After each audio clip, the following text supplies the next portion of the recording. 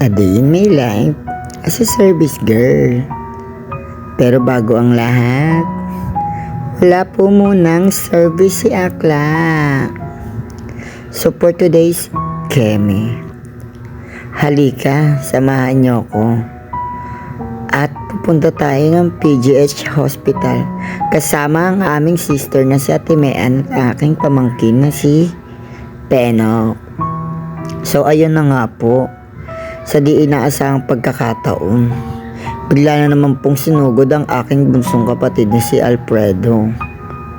So lahat naman po tayo hindi inaasahan ng mga ganyang pangyayari. Kaya halika, samahan niyo ako. Special thank you nga po pala sa aming butihing kapitan na si Kapitan Tebes at ang kawani ng aming barangay, sa mga barangay tanod, sa aming driver. So fast forward, andito na po tayo sa emergency. Nakarating na po tayo. Ayan na nga po, excited na po kami nila Ate Mean. Si Ate Mean napakasaya dahil makikita niya na naman ang kanyang mahal na kapatid.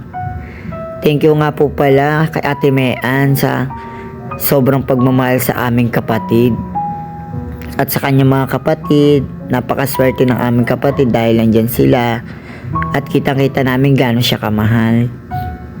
So ayan na nga po, nakarating na po kami.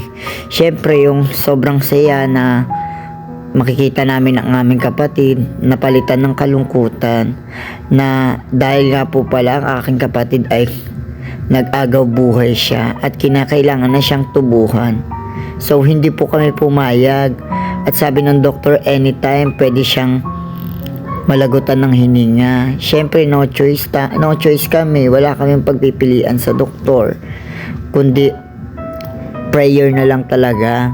Ayun na nga po, nilapit ko na ang aking kapatid dito sa Malasakit para ma-extend ng kanyang sponsorship sa PGH. Yan na nga, pinirmahan ko na po siya.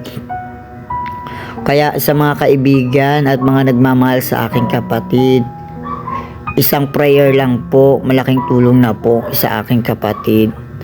I hope na marugtungan pa ang buhay ng aking kapatid dahil siya po ay lumalaban pa. Yan na nga po, bumalik na po ako sa higaan ng aking kapatid para kausapin. Yan po, sa Ate Mean, yan, kitang-kita naman po namin gano'n na kamahal siya ang unang nalulungkot. Yan po, yung mga nagmamahal sa aking kapatid, maraming salamat po. Ayan po, pauwi na po kami. Yan sa Ate Mean, tatawa-tawa lang yan pero grabe ang lungkot niyan, kitang-kita talaga. Pero kahit ang lungkot niya, tignan niyo po, ang fresh niya, kala mo hindi siya puyat.